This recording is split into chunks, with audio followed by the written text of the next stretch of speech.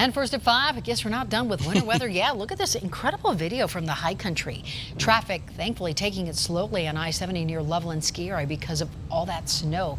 It's making for some challenging driving conditions. And you can see just how bad road conditions are. This is video from a Denver 7 viewer, Trip Fay. Thank you, Trip Fay. And Trip tells us this crash happened eastbound I-70, just east of the tunnels. Good evening. Glad you're with us tonight. I'm Shannon Ogden. And I'm Ann Trujillo. And the calendar might say May, but it sure feels like February with today's snow.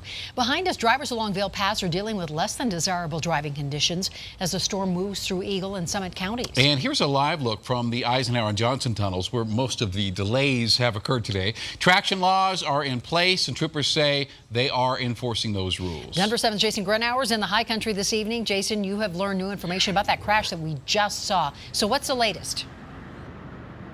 Well, we can tell you right now, as we stand here in Georgetown looking up at I-70, both from our vantage point and according to CDOT, all lanes of I-70 are now open. But to give you an idea of just how dicey things got up on I-70 in the mountains earlier today, they were calling in tow trucks all the way from Denver to respond to pull those vehicles off on the side of the road and reopen those lanes. We shot this video from along I-70. It was earlier on this afternoon, the eastbound side. Cars were scattered in several different wrecks. There were really three main ones near the Herman Gulch Road exit that shut down the eastbound lanes for more than an hour this afternoon. Multiple vehicles were involved. It was whiteout conditions at one point. Colorado State Patrol called them North Pole conditions. We spoke to one young lady who was driving a truck along when it all happened.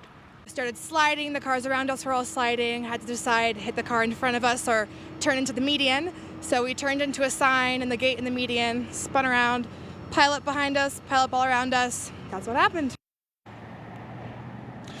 Now, she and along with her passenger were okay. According to Colorado State Patrol, one person was taken to the hospital. They are being treated for minor injuries. A total potentially upwards of more than 20 vehicles in that crash. Then just within the last hour in the westbound direction, even more crashes because of the snow, the poor visibility, and of course just the slickness of the roads that are out there. But again, all lanes of I-70 are now open. But as you mentioned earlier, those traction laws are in effect. Take it slow if you are planning on taking it west or coming back east from the west. Now, the snow is still falling. The big question is it going to stop, Mike Nelson, back there in Denver?